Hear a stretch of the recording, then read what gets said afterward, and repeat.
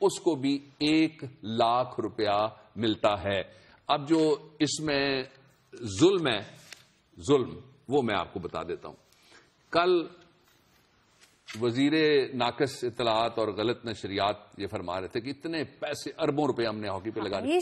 پرویز رشید صاحب کا کہاں لگا دیے بھائی؟ گزرا، ہم نے پیسے دیے، استعمال نہیں ہوئے، غلط استعمال ہو گئے، انتظام کس جگہ غلط ہوئے؟ جو غلط استعمال ہوئے آپ پکڑتے کیوں نہیں؟ یہ بھی جو غلط استعمال ہوئے ان کا احتساب کیوں نہیں ہوتا؟ جب آپ کو پتا ہے غلط استعمال ہوئے تو پکڑے. اب میں نے 25 کا لفظ استعمال کیا تھا، میں بتا دیتا ہوں. یہ انہی کے بیان کا جواب آیا ہے اور یہ ہاکی فیڈریشن بھی جواب دے رہی ہے، اور ایک جواب انڈیا سے بھی آیا جس نے ہمیں ندامت سے شرمندہ کر کے مار دیا پوری قوم کو.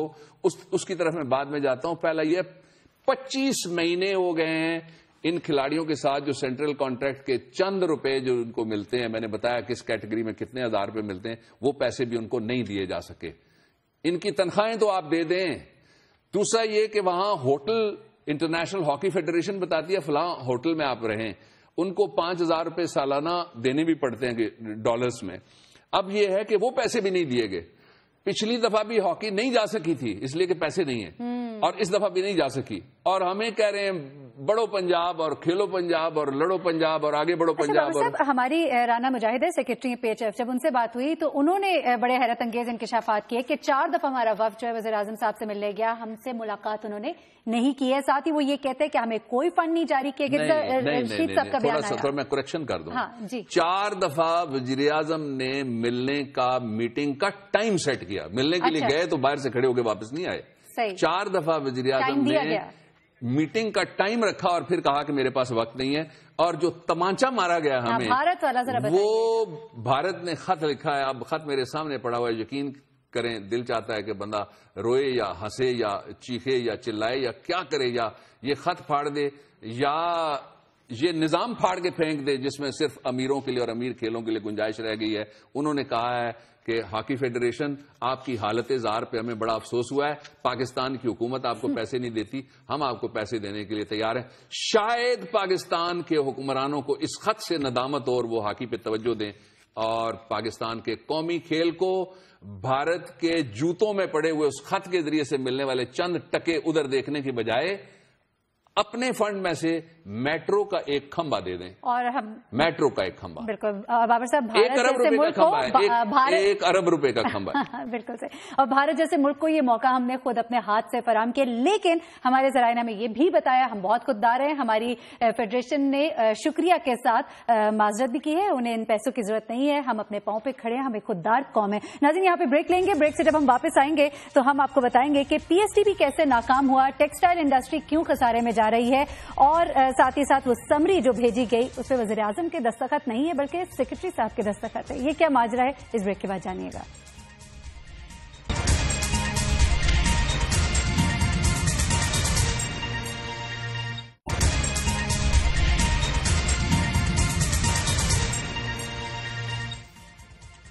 ویلکم بیک ناظرین. بات کرتے ہیں، ذرا جانتے ہیں پی ایس ڈی پی کیوں ناکام ہوا، جانتے ہیں ٹیکسٹائل ہمارے سیکٹر کو $6 ارب سالانہ نقصان کیوں ہو رہا ہے. بابر صاحب پہلے تو P S D P fund کی بات کر لیتے ہیں، کیا ماجرا ہے؟ دیکھیے، جو پبلک سیکٹر ڈیولپمنٹ پروگرام ہے اس کے لیے باقاعدہ پلاننگ کی ایک وزارت ہے، اور اس کے ساتھ ساتھ پلاننگ کمیشن آف پاکستان ہے. اس کے ساتھ ساتھ اور بہت سارے ادارے ہیں جو ان کو اسسٹ کرتے ہیں، اور اسسٹ کرنے کے بعد وہ اس نتیجے پہ پہنچتے ہیں کہ کون سے پروجیکٹ قوم کو اس سال کی ضرورت ہے. اب سارے پروجیکٹس میں نہیں جاؤں گا، میں آپ کو موٹی موٹی باتیں بتاتا ہوں، لیکن یہ حیران کن ہے. اگر اس کو جمہوریت کہتے ہیں تو ایسی جمہوریت سے ہم باز آئے. میٹرو اور میگا پروجیکٹس، میٹرو بس اور میگا پروجیکٹس کے علاوہ پانی، سیوریج، تعلیم، صحت، عورت، بچہ، سوشل ویلفیئر، یہ بنیادی سیکٹرز ہیں.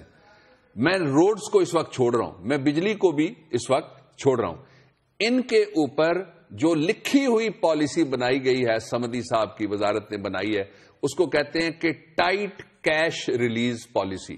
کہ باقی کسی کے لیے جو بھی کوئی جیب میں ہاتھ ڈالنا چاہے تو انگلی کاٹ دو، لیکن اس کو جیب میں سے پیسے نکال کے یہ جو پبلک سیکٹر یعنی عوام کے لیے ڈیولپمنٹ پروجیکٹس ہیں ان کے لیے پیسے نہ دو.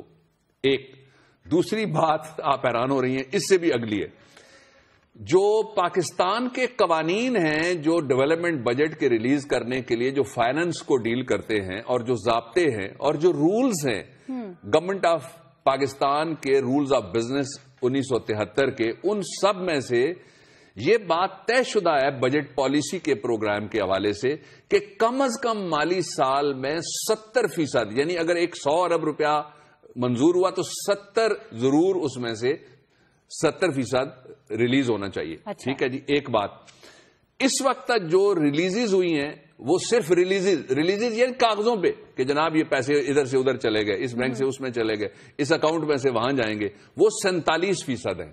47%. یہ صرف کاغذی ہے جی. اصل کتنا ہے؟ اور جو خرچ ہوا ہے وہ پتہ نہیں کتنا ہے، خرچ پتہ نہیں 15% بھی ہوئے ہیں، 20% ہوئے ہیں، یہ کتنے ہوئے ہیں، اس سے زیادہ نہیں ہے، سوال ہی پیدا نہیں ہوتا. تو بابر صاحب یہ جو سب بچ جائے گا، یہ جو بچ جائے گا، ویری گڈ کوشچن، یہ جو بچ جائے گا یہ نہیں بچے گا. اچھا. یہ جو بچ جائے گا یہ سیدھا میٹرو میں جائے گا، آخری مہینے میں سیدھا میگا میں جائے گا، سیدھا سریے میں جائے گا، سیدھا سیمنٹ میں جائے گا، اور سیدھا کسی ایسے پروجیکٹ میں جائے گا جس پروجیکٹ میں سے غریبوں کو کوئی فائدہ نہیں ہوگا، اور اگر ہوگا بھی تو نامنل ہوگا. صحیح. ایک اور بات، یہ جو صورتحال ہے اس پہ سندھ کی گورنمنٹ اور کے پی کے گورنمنٹ نے یہ کہا ہے کہ وہ نیشنل فائنانس کمیشن ایوارڈ کے اجلاس میں انہوں نے دھمکی بھیجی ہے ایک طرح کی کہ وہ نہیں بیٹھیں گے. اچھا. اب میں 3 سیکٹرز لوگوں کے سامنے رکھنا چاہتا ہوں، کس طرح کی جمہوریت خدمت کر رہی ہے پاکستان کے لوگوں کو، کس طرح سے جمہوریت کا پھل فروٹ کہتے ہیں نا، جمہوریت کا یہ پھل ہے اور فروٹ ہے. پہلا سیکٹر ہے ہائر ایجوکیشن کمیشن. یہ ہمارے ساتھ ہی دفتر ہے، جس کو شک ہو جا کے ان سے ذرا پوچھ لے. ان کے لیے 20 ارب روپے پورے پاکستان کی ساری یونیورسٹیوں کے لیے، پورے پاکستان کی ساری ہائر ڈگریز کے لیے، پورے پاکستان کی ساری اعلی تعلیم کے لیے 20 ارب روپے رکھے گئے تھے. ریلیز کتنے ہوئے ہوں گے، کوئی اندازہ لگائیے؟ 15 10.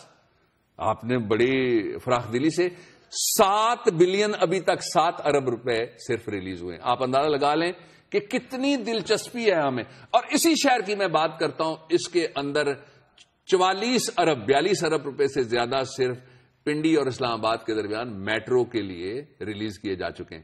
ظاہر ہے پڑھا لکھا ہونا کوئی اتنی نہ ہی ہنر کی بات ہے، نہ ہی کوئی رتبے کی بات ہے، نہ ہی دنیا میں ترقی کرنے کا کوئی فارمولہ ہے. بس چلنی چاہیے، وہ بھی وہ چھت کے اوپر چلنی چاہیے، اور ہر میٹر کا کئی ملین خرچ ہونا چاہیے، اور ہر کلومیٹر پہ 2 ارب روپیہ خرچ ہونا چاہیے. جی یہ 29 کلومیٹر کی سڑک پہ 42 یا 44 ارب روپے ابھی تک ریلیز کیے جا چکے ہیں. اب اس کے مقابلے میں دوسرا بڑا شعبہ ہے ہمارے جو ایٹمی ادارے ہیں، اس کو پاکستان اٹامک انرجی کمیشن آپ کہہ لیجئے جی، ان کے لیے 51.5 بلین روپے منظور ہوئے تھے.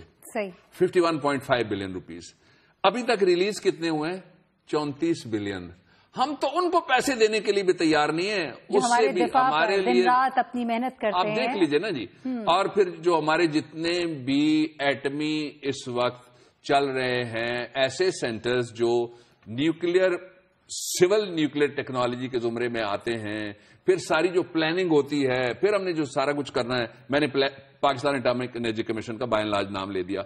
اب 18 کروڑ لوگوں کی صحت کے لیے ایک میٹرو 44 ارب روپے کی، اور 18 کروڑ لوگوں کی صحت کے لیے جو پیسے رکھے گئے تھے وہ تھے 26.95 بلین، 27 بلین سے بھی کچھ کم.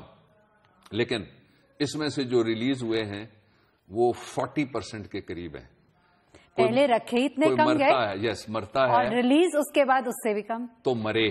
صحیح. ہمیں جب ضرورت ہوگی ہم لندن میں چیک اپ کرائیں گے، امریکہ میں علاج کروائیں گے، دبئی میں بیڈ بک کرائیں گے ہسپتال کا، اور فرانس کے اندر جا کے ہم آب و ہوا میں ایسی سانس لیں گے کہ پھر جوان ہو کے آپ پہ حکمرانی کے لیے انشاءاللہ واپس آ جائیں گے. ہم کہتے ہیں نا بابر صاحب، غریب کو جینے کا حق نہیں ہے. اچھا سر، ایک اور بڑی دلچسپ سی بات ہوئی، ایک سمری جو کہ وزیر اعظم صاحب کو بھیجی گئی اور اس پہ دستخط جو ہے وہ ایڈیشنل سیکرٹری صاحب کرتے، یہ کیا ماجرا ہے؟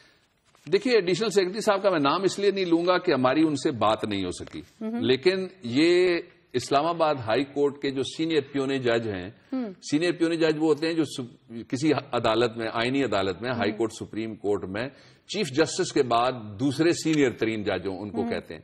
وہ ہیں نور اللہ قریشی صاحب بڑے لائق آدمی ہیں اور بڑے منصف مزاج آدمی ہیں.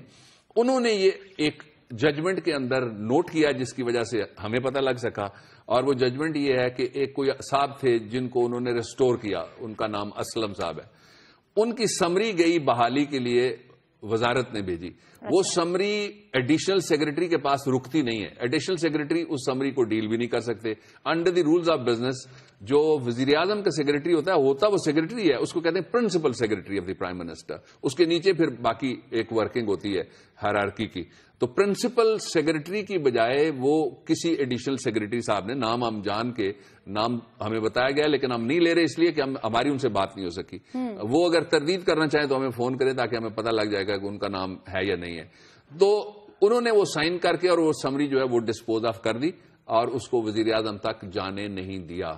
اب اس کی دو صورتیں ہو سکتی ہیں. ہو سکتا ہے کہ ایڈیشنل سیکرٹری صاحب کی غلطی کوئی نہ ہو, وزیر اعظم صاحب نے کہا ہو, ایڈیشنل سیکرٹری صاحب نے کسی جگہ کہا ہے کہ جی میرے پاس تو 200 سمریاں روزانہ آتی ہیں, وزیر اعظم نے کہا ہو اے پگتا لیا کر یار, میرے سامنے ٹیر نہ لا. یہ بھی ہو سکتا ہے کہ ان کی دلچسپی اتنی ہو ان سمریوں میں. لیکن ایک سمری کو پڑھنا, اس سمری کے پوائنٹس دیکھنا اور اس پہ بریفنگ لینا متعلقہ وزارت سے اور سیکرٹری سے اور منسٹر سے, اور پھر اس سمری کو فیصلہ کرنا, یہ پاکستان کے چیف ایگزیکٹو کی ڈیوٹی ہے. اگر یہ ڈیوٹی کوئی اور ادا کر رہا ہے تو آئین کی خلاف ورزی. ارے بابر صاحب چونکہ وقت کم ہے, جلدی سے ہم بات کر لیتے ہیں اپنی ٹیکسٹائل انڈسٹری کی, جو کہ ہمیں بہت نفع دیتی تھی کسی وقت, اس وقت انتہائی گھاٹے میں جا رہی ہے. یہ اس کے بارے میں بھی ذرا بتائیے. یہ جو ٹیکسٹائل انڈسٹری کا یہ ایشو ہے, اس پہ تھوڑی بات ہمیں تفصیل سے کسی وقت کرنی پڑے گی, لیکن شارٹلی میں بتا دیتا ہوں. یہ ایپٹما کے جو چیئرمین ہیں, یہ انہوں نے بھی, اور ایپٹما کے جو ممبران ہیں انہوں نے بھی کہا ہے کہ اس وقت جو ہماری ٹیکسٹائل انڈسٹری کی مارکیٹ ہے وہ اینولی میل پریکٹسز کی وجہ سے لوز کر رہی ہے تقریباً $6 بلین, اور $1 103 روپے کا ہوتا ہے. اس کو یہ جو ٹیکسٹائل منسٹر ہیں ان کی توجہ کے لیے ہم یہیں پہ یہ بات چھوڑتے ہیں.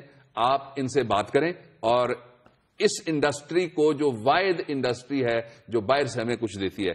باہر سے ہمیں دو طرح سے پیسے ملتے ہیں, ایک ٹیکسٹائل انڈسٹری کی وجہ سے اور بیرون ملک پاکستانیوں کی وجہ سے, جن کو ہم کہتے ہیں تم 2 عہدے بھی نہیں رکھ سکتے. ہمارے پاس 2 پاسپورٹ بے شک ہوں, ہمارے محلات ساری دنیا میں, ہم ان کو کہتے ہیں تم ووٹ بھی نہیں دے سکتے. ہم جہاں مرضی رہ کے آئیں, پھر آ کے ووٹ مانگتے بھی ہیں اور پھر آ کے اقتدار میں بھی آتے ہیں. بالکل صحیح. بابر صاحب, ایک اور اہم موضوع ہے جس پہ ہم نے بات کرنی ہے, اور بات ہے مذہب اسلام سے, دین اسلام سے متعلق, کیونکہ فرانس میں اس وقت ہم نے دیکھا جو رپورٹس بھی سامنے آئی, سب سے زیادہ پڑھے جانے والی کتابیں جو ہے وہ مذہب اسلام سے تعلق ہے ان کا. اور اسی طرح ہم سنتے ہیں کہ یورپ میں بہت تیزی سے اسلام جو ہے وہ پھیل رہا ہے. اس بارے میں ہم بات کریں گے لیکن اس بریک کے بعد.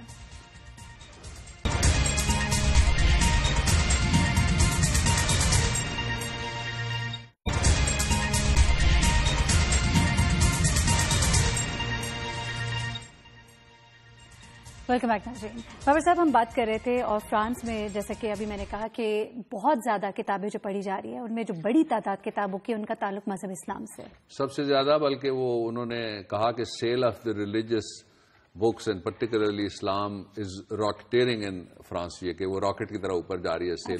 لیکن اس کے ساتھ 2 چیلنجز ہیں جو مسلم اسکالرز ہیں دنیا کے اور پاکستان کے, ان کی طرف میں یہ چیلنجز تھرو کرنا چاہتا ہوں. پہلا چیلنج یہ ہے کہ لٹریچر کے میدان میں جہاں اسلام مذہب فرقہ نہیں اور تقسیم کی بات نہیں, وہ جو قرآن اور آپ صلی اللہ علیہ وآلہ وسلم کے حوالے سے ہے, اس کے اوپر ہمیں ریسرچ بیسڈ دنیا کے اندر لٹریچر زیادہ لکھنے کی ضرورت ہے. نمبر 1. نمبر 2 ایشو یہ ہے کہ جو کانٹمپریری حالات ہیں کہ اسلام وقت کے, زمانے کے اور مقامات کی قید سے آزاد سارے وقتوں کے لیے ایک مذہب ہے, اس سے کو ریلیٹ کر کے ہمیں لٹریچر لکھنے کی ضرورت ہے.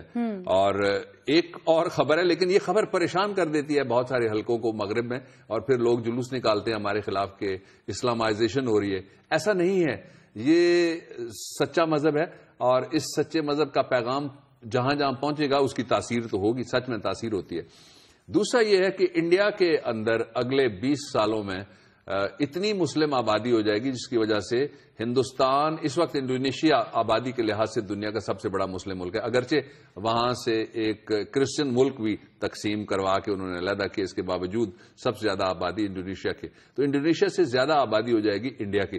جب ہندوستان کے مودی گروپ آف تھاٹ اور اسکول آف تھاٹ یہ سنتا ہے تو وہ پھر پریشان ہوتا فوراً ہے. ایسی پلاننگ کرنے کی کوشش کرتا ہے کہ نس بندی ہم کوئی کر لیں جی، ایسی تحت قانون کے تحت کوئی ایسا ہم کچھ کر لیں، یا مسلمانوں کی نسل کشی کریں، یا مسلمانوں کا میسکر کریں. تو ادھر جانے کی ضرورت کوئی نہیں ہے.